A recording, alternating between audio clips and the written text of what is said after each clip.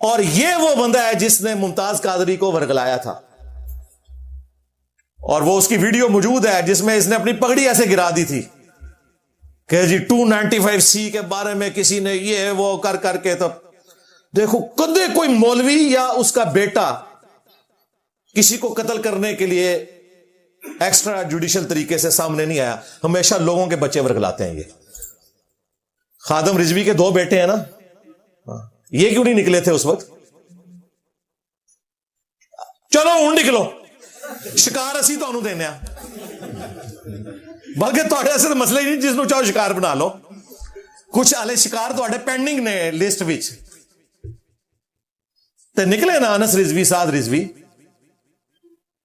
نہیں, لوگوں کے بچوں کو ورگلاتے ہیں, خود ان کے ناموں کے اوپر حرام کے چندے اکٹھے کرتے ہیں. ٹوٹل ان کی اوقات یہ ہے. تو مفتی حنیف قریشی صاحب نے بڑی اچھی بات کی ہے. انہوں نے کہا کہ مفتی طارق مسعود نے معافی مانگ لی ہے, اب اس کے بعد کوئی اور معاملہ نہیں ہونا چاہیے. کاش تجھے یہ پہلے بات پتا ہوتی. اس کے ساتھ یہ بھی بتا کہ پہلے تیرا یہ موقف نہیں تھا.